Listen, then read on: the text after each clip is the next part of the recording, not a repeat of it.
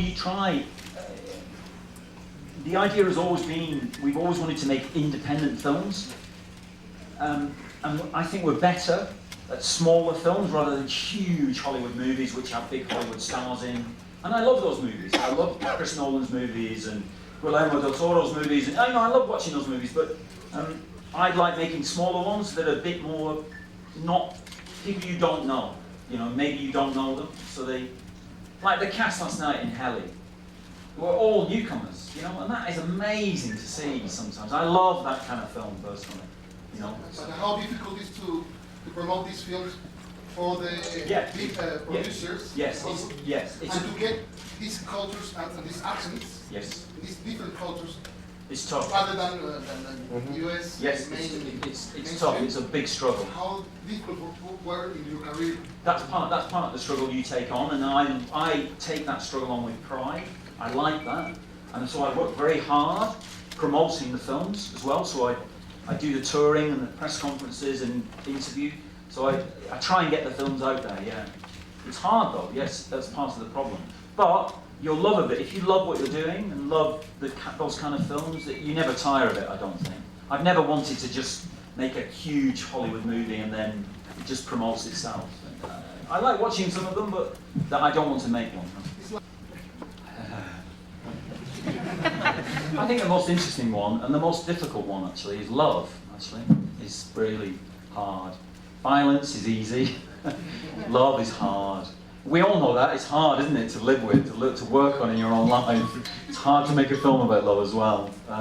We made one, Slumdog, really, which is and kind of lifeless ordinary, which wasn't a big success at all. So I appreciate that. But I think you're right. The general, the shape, the structure of the films is that there's usually, and it's usually a guy, faces very difficult circumstances or odds. You know, everything looks to be against him, you know, and he overcomes them.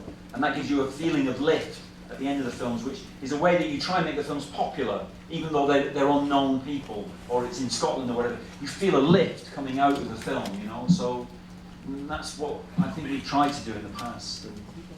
So yeah, but the tough one is love, I think. It's the toughest of all. As it should be, I think, probably. Because it's probably the most important of all, you know. So even at the end of Heli last night, there was that little gesture at the end of that, and all that you'd seen in that film, there was that embrace at the end, which was, I think about that, was meant to signify that that is the light, you know, we're surrounded by that light, but we have to reach for it, you know. It won't be a, it won't be a direct adaptation of the book. No va a ser una traducción directa del libro. I think it'll be very different, but the idea that those people are brought back together again will be, you know, we'll inherit that from the book. Pero la idea de que todos estos personajes están juntados de nuevo va a tomar eso del libro. And then the film will be more about what's happened to them in the 20 years, you know, since we last saw them. Entonces se trata más bien de qué ha pasado con estos personajes a lo largo de 20 años, desde la última vez que los vimos. Yeah, First 5 minutes. Because he also, the way he used it was so original. Because of course I thought there were two bodies or two guys, and you didn't know that, and so you met it in the middle of the film, and you realised that he'd just been left on top of the bridge. It's just very subtle. With something so horrific, he manages to just put something fresh into it. And I think the film was reviewed in Europe as being very violent and very grotesque. And there are some horrific images in it, but the filmmaker's intention was not to violently repulse you. It was to show you these images in ordinary people's eyes. Mm-hmm. You know what can happen to in very, very unfortunate circumstances. So I admired the film very much, and especially the way he used that technique of using it's a good technique, and he put an original spin on it as well. Entonces él sintió que usó la técnica y lo usó de una manera muy original, porque cuando ves los dos cuerpos, pues no sabes, no es muy claro quién es quién y quién se queda colgado y quién no. Entonces sí sintió que lo logró de esta manera. También habló un poquito de que cuando salió la película en Cannes, pues hubo muchos artículos que estaban diciendo que estaba glorificando la violencia y quién sabe qué. pero que en realidad él sintió que trató la violencia de una manera muy sutil, muy responsable y de una perspectiva desde una persona normal que está experimentando esto en la vida real. And they gave him that prize, the best director, not because of the violence. They would not give a prize like that for somebody. They gave it because how he used it in such a mature way for such a young director. That's why Spielberg gave him that prize. He could see as a director how carefully he'd use these horrific images laced through a humane story, which is what he's done. That's why he got the prize. Dice que él piensa que la razón por qué Steven Spielberg y el jurado le otorgó a Max este premio es porque usó la violencia de esta manera tan responsable y que de una manera tan maduro para un cineasta tan joven, y que realmente lo hace de una manera muy sutil durante toda la película, lo logra de una manera muy fina. Sports, actually, usually sports. Following the Tour de France, the cricket. That was extraordinary in Heli last night when he was hitting me with a cricket bat, right? So, you guys don't play cricket? Do you? Is that not cricket in Mexico? That's a British kind of thing. I didn't know what that was about, the cricket bat. Entonces, lo que le atormenta en las noches son deportes más que nada. Él es fanático de fútbol, de cricket, de what's the other sport? Cricket, football. Cricket, everything, old sport. Todos los deportes es fanático. Y que se me hizo curioso que usó el personaje en la película, un bat de cricket que se llama. Esta es una paleta para mover las carnitas. ¿Para qué es? ¿Es para qué? Las carnitas de la paleta. Es para... Es un homenaje al pozolero. Okay. Apparently it's used for cooking. It's not a cricket bat. It's just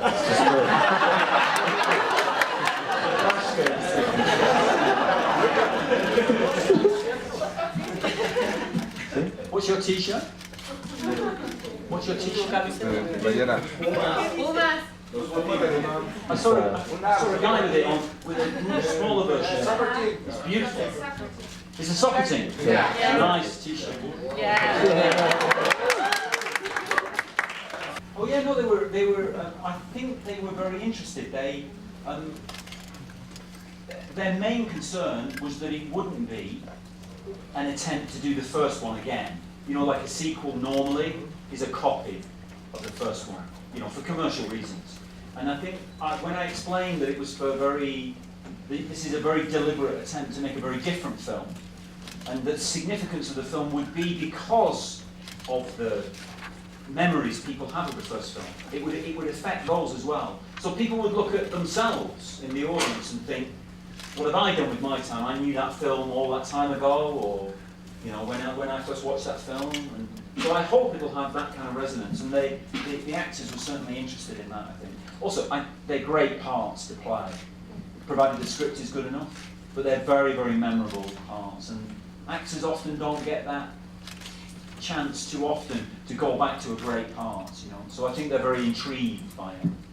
Entonces, a todos les pareció interesante. La única tema o reservación que tenían era que iba a ser simplemente una copia del original, pero como Dani se los planteó y como se los explicó ahorita en la conferencia, es que 20 años después es una oportunidad para ver cómo han cambiado o no cambiado estos personajes que han hecho en estos 20 años y pues jugar con esta noción del tiempo, del pasaje del tiempo.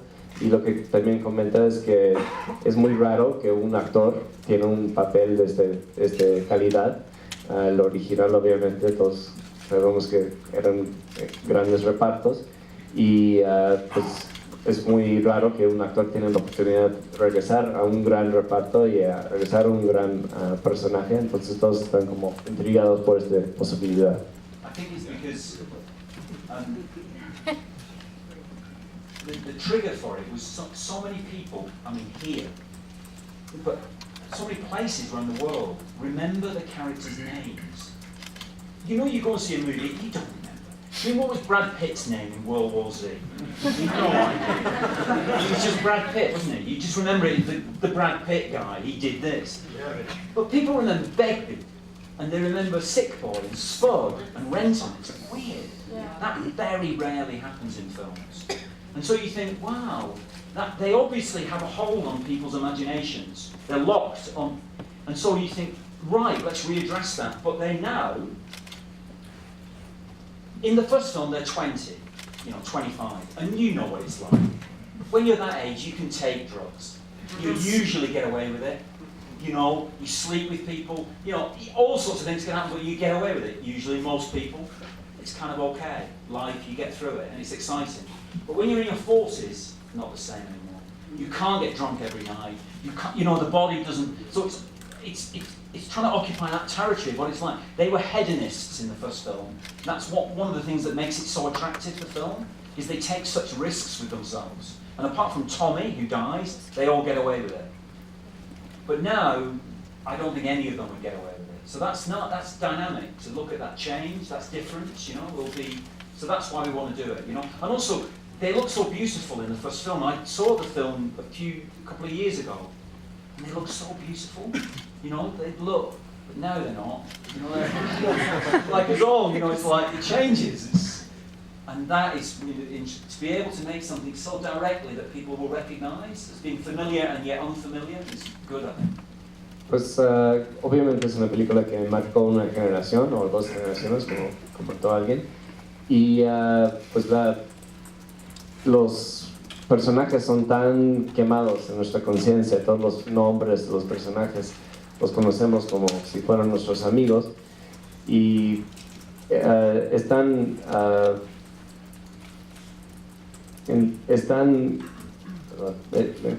perdí el hilo ahí. Perdón. Getting back to the...